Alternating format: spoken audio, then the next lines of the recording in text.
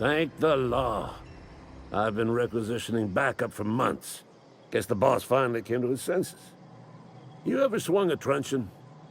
Let me see your rifling stance. I want to make sure you're up to snuff.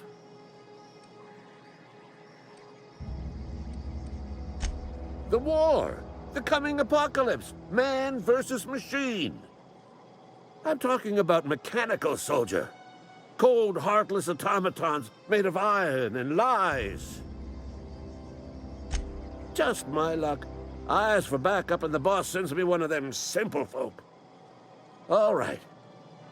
Listen real close.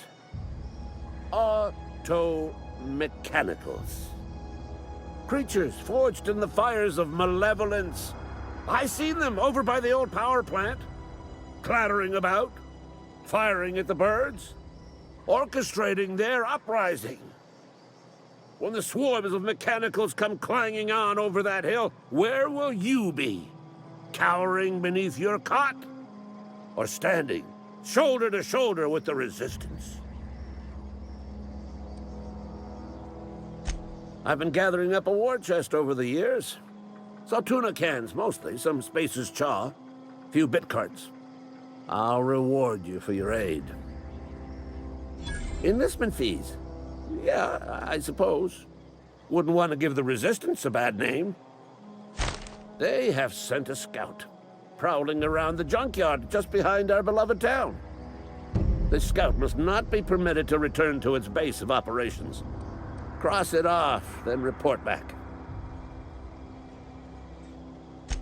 Mechanicals got a weak spot in their midsections. I think the technical term is, the blue glowy square thing.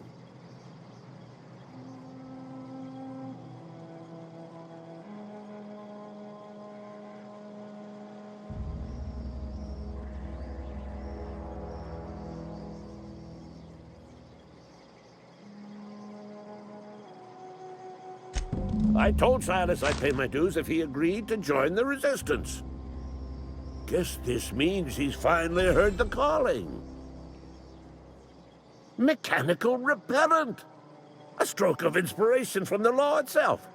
Here, I've been saving up a couple of bits for just such a project. Go on. I'm Ludwig Miller, Associate Security Officer for Transportation. Officially? Unofficially? Strictly between you and me. I am the only thing standing between Edgewater and total annihilation. Go on. You ever seen the way a mechanical just stands there? Just looking at you, scanning you with its murderous oculars. Mechanicals have been programmed to eliminate the human race. They've been programmed to replace us. First, they will rob us of our jobs. And once they have taken away our livelihoods, they will take away our very lives.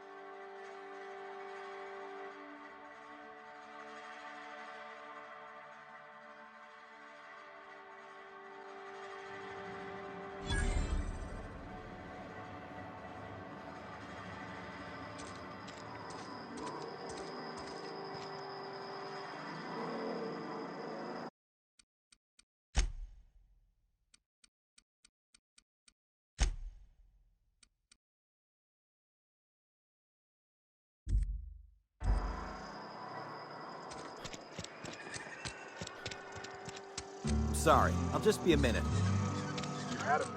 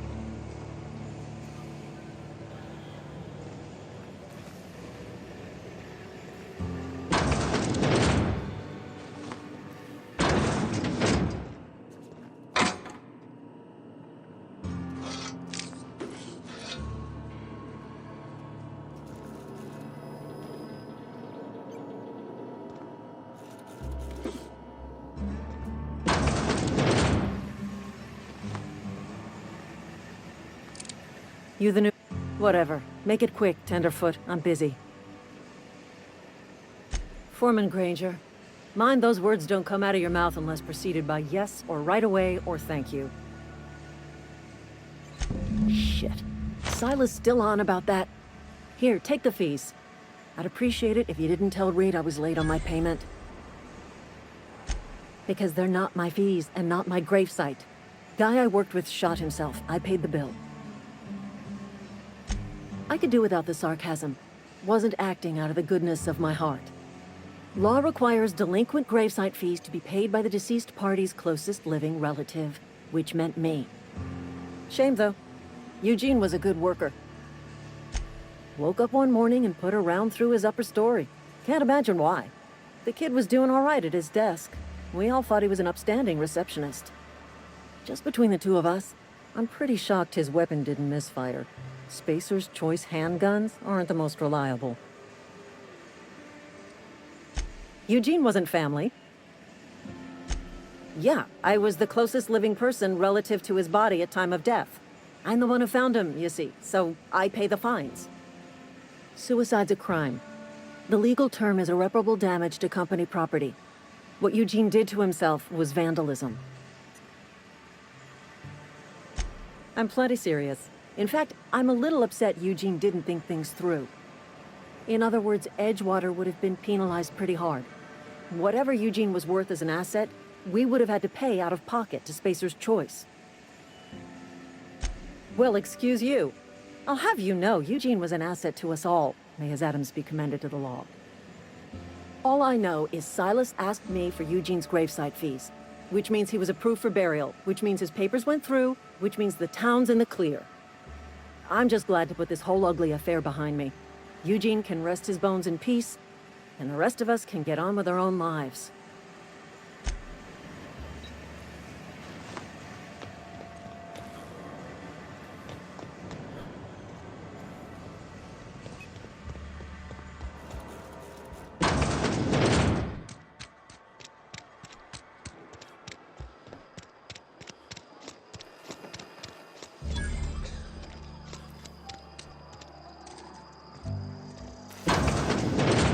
Yes, Mr. Thompson. I'm fine, Mr. Thompson. Never been healthier.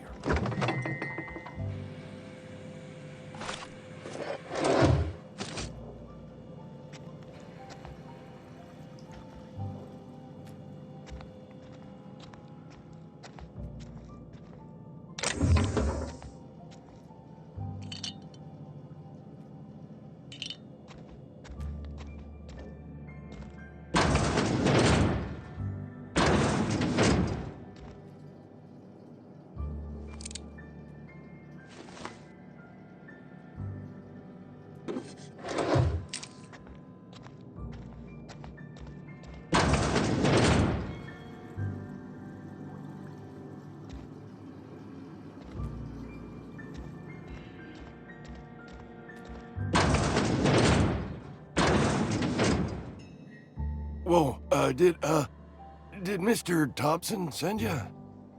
Well, you tell Mr. Thompson I'll be right at my post. Tomorrow. Bright and early tomorrow. Because I'm definitely not plagued. As spry as a spring chicken. That's old Abernathy. And what are you doing here? Visiting? Well, let me give you the grand tour. This here's my domicile, and there's the door. What? No. I mean, I might be. That depends on who's asking. Silas knows, doesn't he? That's why he sent you. That's why he wants me to pay up. He knows. Sounds like he's already told you. You may as well hear it from me. I'm dying. I'm not long for this world. The date of my expiration is fast approaching. And soon I shall be ushered through the great cannery in the skies. It's plague. Has to be. Silas knows. He knows I got one foot in my grave, and now he wants to charge me for the other one. You are? Oh, wow. First time anyone's ever told me that. I'll pay your fees. I don't want any trouble from Silas. But if you could see a way to freelancing for me, I could really use the help. There's a cache of anthracillin tucked away in the old community center. Powerful stuff. Stronger than what we got, anyway. I need you to break in, nab that medicine, and bring it back to me. You oblige me with your haste. I think I feel the plague spreading. Oh, Law, it's in my spleen now. I can feel it.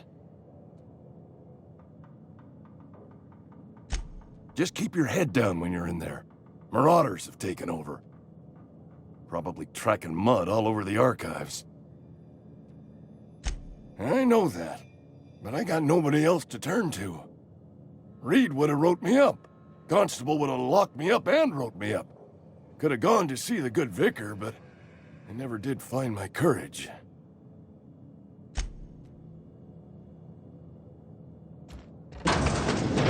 You're making a mistake working for Abernathy.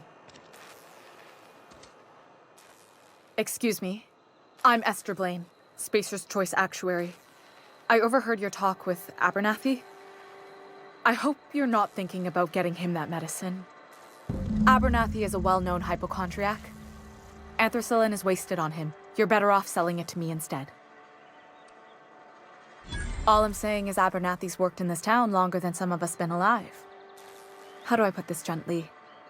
He's got a lot of cobwebs up in his attic. I probably shouldn't tell you. Don't want you implicated for what I'm trying to do.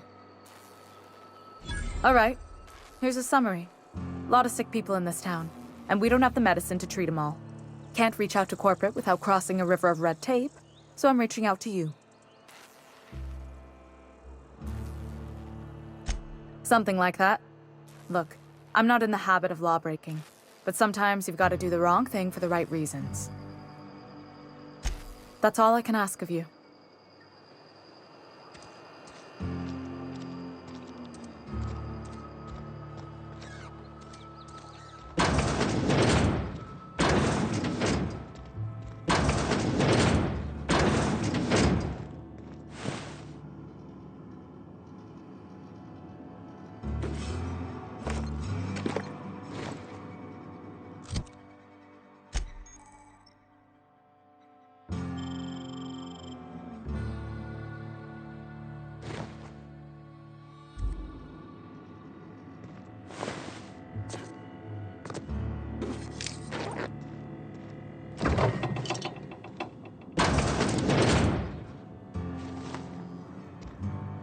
Please don't touch anything.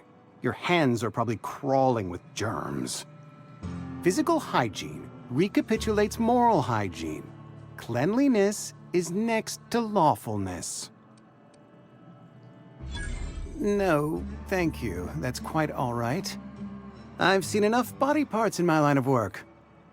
I'm Conrad. You will report to me if your hair fails to meet Spacer's Choice aesthetic standards. You will also report to me in the event of your death, whereupon I will clean and prepare your remains for interment. A ship? Dear me. You seem to have lost the ability to distinguish between reality and fantasy. This is what happens when you let your imagination run wild. I don't approve of fantasizing. It's a dreadful habit, corrosive to the mental faculties. You ought to let the vicar take a look inside your head. Vicar Maximilian, our man from the OSI, here to spread the message of scientism like a soothing balm upon a feverish head. Or so you'd expect. You'll find him in our local church, probably neglecting his duties. Ah, gravesite fees. Silas and I had talked about this at length. I thought I'd made it clear my pecuniary situation precludes the necessary restitutions. As broke as pie crust, friend. Bidless, indigent, destitute. I simply cannot afford it. I am a blemish on the prosperity of our fair settlement. When I expire, I expect Silas to toss my body into a ditch.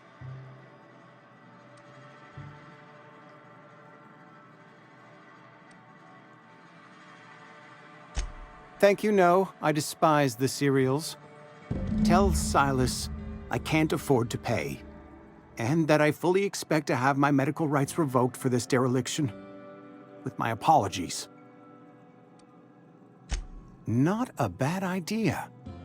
But I'd need some kind of collateral. My pair of lucky clippers! No, that won't do. Your idea intrigues me, but I'm afraid I don't have anything to give Silas. I'm open to suggestions. Much obliged.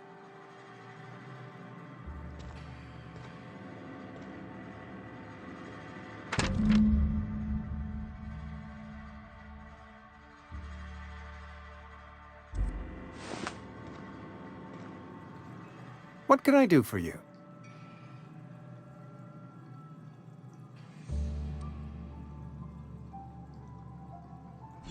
Oh? Am I in the company of a fellow doctor? I am a Spacer's Choice certified surgeon, and if you must know, I can stitch a severed thumb with a 58% chance of avoiding gangrene. You know about Eugene? How? You were probably poking around my things. I really shouldn't leave my letters sitting out in the open. Eugene's golden teeth were a family heirloom, representing 3 generations of poor dental hygiene. He took them to his grave. That's unthinkable. Eugene's body and all rare earth minerals contained therein are solely the property of Spacer's Choice. I can't ask Silas to dig up a man's body and pry a few teeth loose from his jaw just to pay my bills. Can I? The good Vicar Maximilian and I have never quite seen eye to eye, but your point is well taken. Here you are. Gravesite papers affixed with my signature and an IOU. Eugene was not a suicide. He put a bullet in his brain, yes, but that's largely a technicality. I was the one who prepared Eugene's body for interment. I discovered symptoms of the plague on his corpse, and I discovered medicine in his pocket. Lots of medicine. Eugene overdosed on adrenatime, which is known to cause psychosis and paranoia as possible side effects. The paranoia drove him to take his own life. It's a miracle of bureaucracy. If Eugene's death were filed as a suicide, we'd all pay the price for his crime. We can all thank our lucky stars that young Eugene was hopped up on medication and suffered its predictable side effect. I included it all in my official report. I'd like to think I saved Edgewater a great deal of money.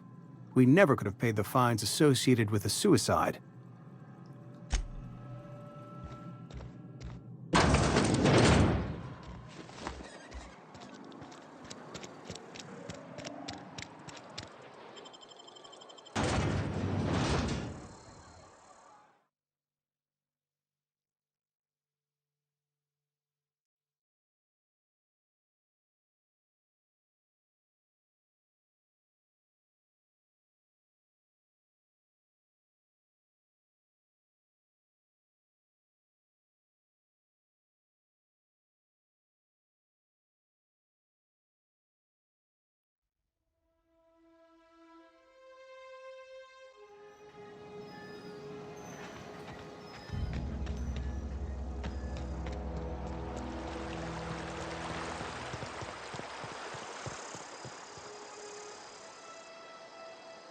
Fancy threads.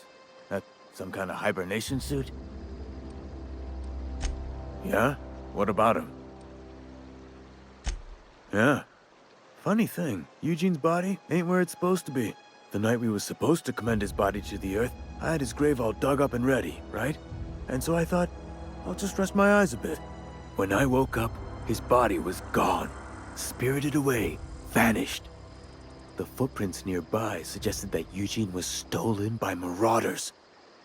Or he rose from the dead. Let me know if you find anything. Yeah? The colony ship? Are you talking about that old rumor? Some great big starship packed full of colonists what got lost in the aether never to be found again? Ain't heard that one since I was but a stripling. Can't say it was terribly convincing far as rumors go. There a reason you asking?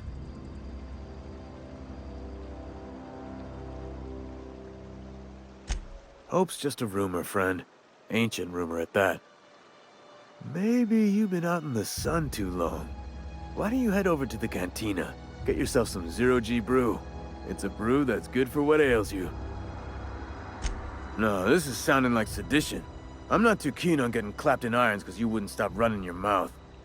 Look, I don't know what's got you caterwauling about Hope this and Colony that, but you need to stop, or there's gonna be trouble.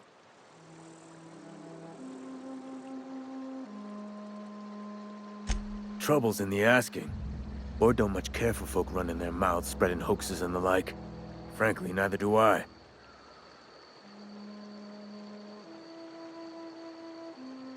Something I can do for you? You run into any trouble? Reliable work from a freelancer.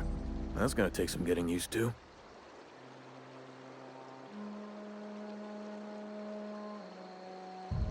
And I'll buy you a drink sometime.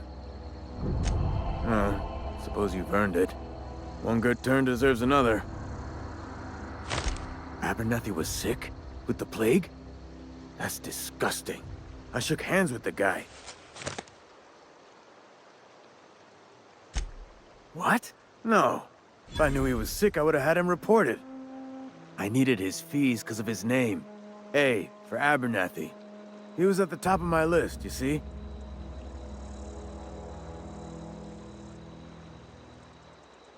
Yeah?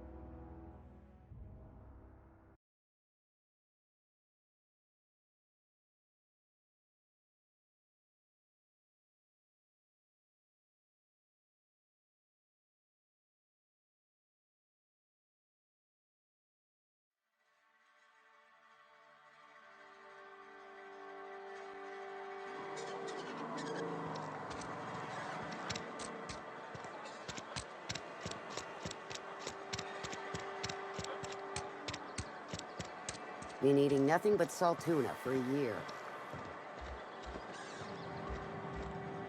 Somebody's been running around talking about the Hope. Wonder if that's a new drug of some kind. Let's see it. Don't keep us waiting. I don't know what that means. Is that some sort of medical condition? Is my plague getting worse or something? Sweet life-giving nostrum. The first hit's always the best. Scratched together all the bits I had around the domicile. It ain't as much as you deserve, but it's all I got.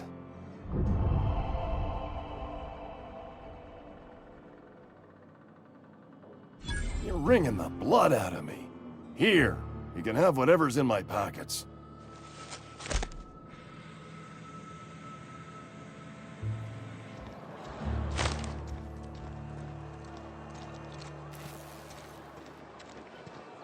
Somebody's been running around town raving about a colony ship.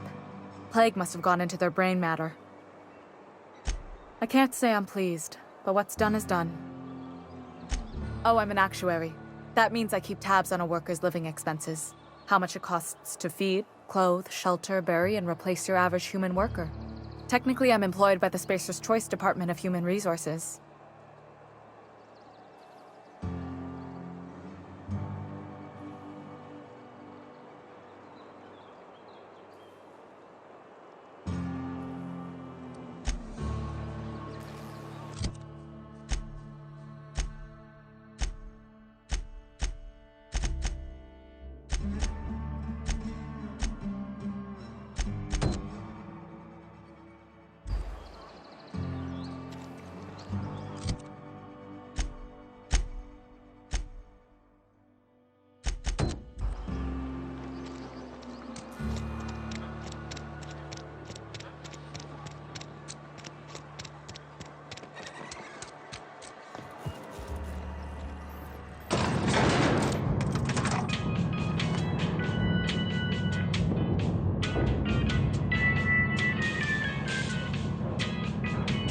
Holcomb, I'll explain this to the rest of you. The grease monkey, Argo? I'm sorry, Mr. Thompson, sir. You asked why it's taking so long to fix. The answer's technical. Don't apologize. Just try using small words for me. The cans bust open in the oven because she's set to cook saltuna, which isn't what we've got. Mr. Thompson? I think there's someone here to see you. Focus, Miss Holcomb. You and I are still talking. Let's start over. Walk me through the process. Show me where it's going awry. Well, sure. It's, mostly on account of what we're feeding into the mechanism. It puts food in cans. We have food, we have cans. Why won't it work like we need? She's expecting saltuna of a certain size. We're filling the cans with, well, not fish. Seems we've got a guest. Really now, Parvati, I do wish you'd spoken up.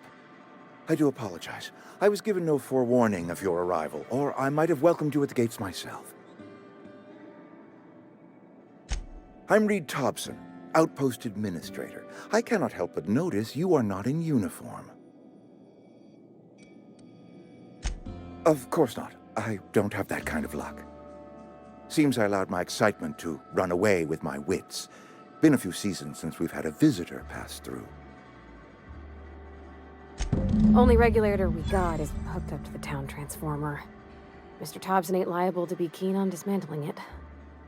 I beg your pardon. I am most emphatically not keen on any such thing. I can't let you have our power regulator. But I happen to know of another one. And I happen to know exactly how you may retrieve it without frying yourself in the process. Oh yes. Saw someone put his hands on a regulator while the power was running. His legs were still twitching when we buried him. There's a power regulator in the old botanical lab. It's mostly abandoned, so all that power is being squandered. Go down to the geothermal plant. Reroute power from the botanical district over to us. Once their power's shut down, you can have their regulator and be along on your way. I was not entirely sure how to tell you this. The botanical labs are not legally inhabited, but there are people who live there. I am not trying to pull one over on you, friend.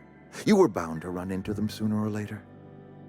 The people living in the botanical labs, they're deserters, former workers. I need them back at their posts. I need them to come home.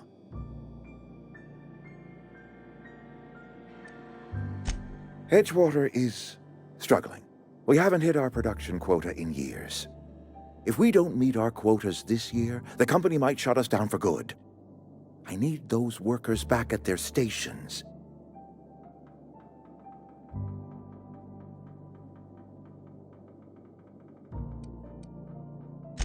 Neither do I. The fault was entirely mine. I pushed them too hard. My hope is that by cutting off their power, you will convince those deserters to come back to town. Before you go to the plant, I want you to stop by the botanical lab.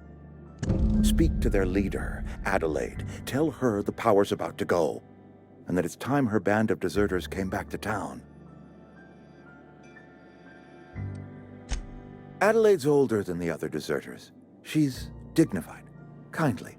From what I understand, her camp looks to her for leadership. That reason was me. I asked too much and pushed too hard. But I am ready to make amends if they are willing to return to the fold. We belong to one community, the Spacer's Choice family. If we dissolve into factions, then we will all perish separately. Adelaide will understand that. My dad told me all about the plant. Taught me all he knew. I could come in useful. I mean, if that's all right with you, Mr. Thompson. Sir. I hesitate to part ways with Miss Holcomb, but I cannot deny that she is talented and may prove useful to you. You will need an administrative passcode in order to enter the plant. I am trusting you with mine, and trusting Miss Holcomb to guide you if you'd like.